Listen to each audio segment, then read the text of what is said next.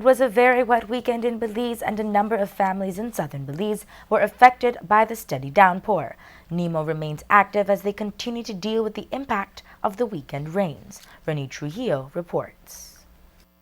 Friday, November 13 brought overcast skies around the country and the start of incessant rains in the districts. It also brought with it concerns from various residents as to whether a repeat of the 3-week-ago flooding in the old capital would occur. But Belize City was not as affected this time around as were the Cayo, Stan Creek, and Toledo districts. Friday evening, just before 6 o'clock, came the first advisory from the National Emergency and Management Organization, NEMO, informing the general public that the rains would continue over the weekend and that the risk of localized flooding is likely to increase.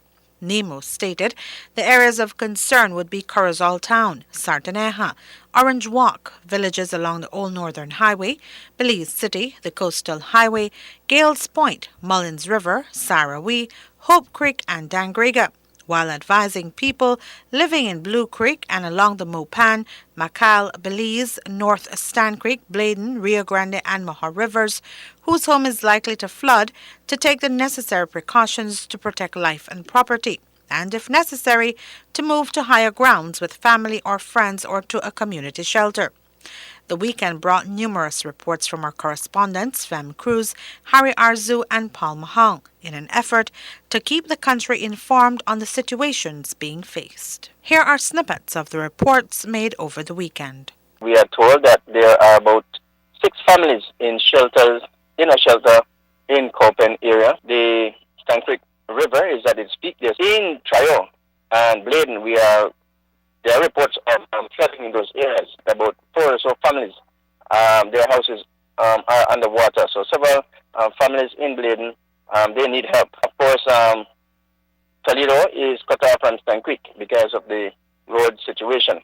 So they are asking for some assistance in Trio and Bladen area. NEMO Toledo Coordinator Kenton Parham confirmed that into the afternoon hours, Blue Creek Bridge and Aguacate Bridge remain closed to vehicular traffic because of flooded condition, and 21 families in Golden Stream who were affected by flood waters in their homes received relief packages from NEMO Toledo.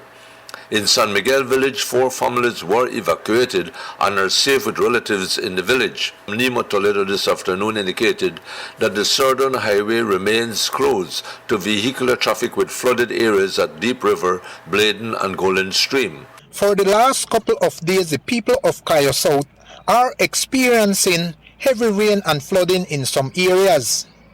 Last night late, they were at some family behind the Maya Mopan area of the Mopan, assisting some family that their home were underwater.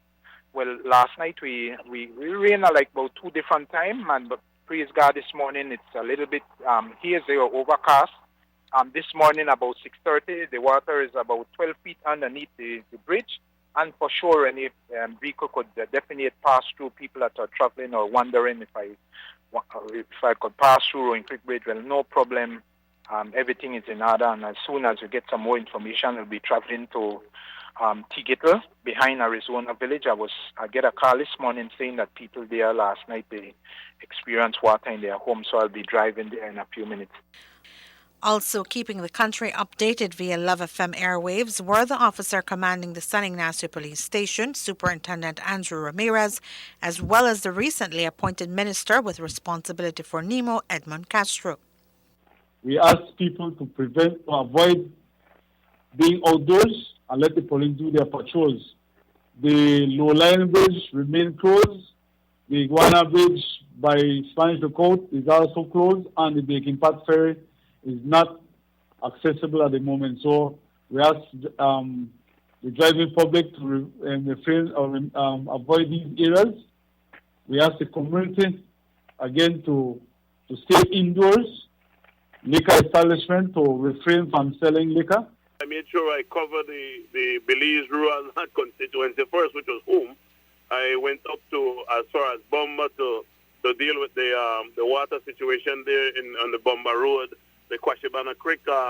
From there, I move on to Belmopan to ascertain the different the status that of the rest of the country from Belfast, and then we left from there earlier this afternoon, and we're making our way down to the flood-affected areas like Sarawi and Hopequick and so on, Dangriga. And now we just concluded a meeting here in Dangriga with NEMO at the NEMO headquarters here in Dangriga, and now we are heading deeper south and work our way back from Punta Gorda on to the rest of the Toledo district and the other parts of the Sand Creek district. According to the Belize Weather Bureau, the persistent rains were due to a trough of low pressure. Basically, there has been a persistent trough of low pressure just meandering over Belize and the Yucatan Peninsula, and that has been causing all the moisture to converge over our area. So that is why we are getting the persistent cloudiness and rain. The rains are expected to subside sometime between tonight and tomorrow, while NEMO's efforts in assisting flood victims continue. Reporting for Love News, I am Renee Trujillo.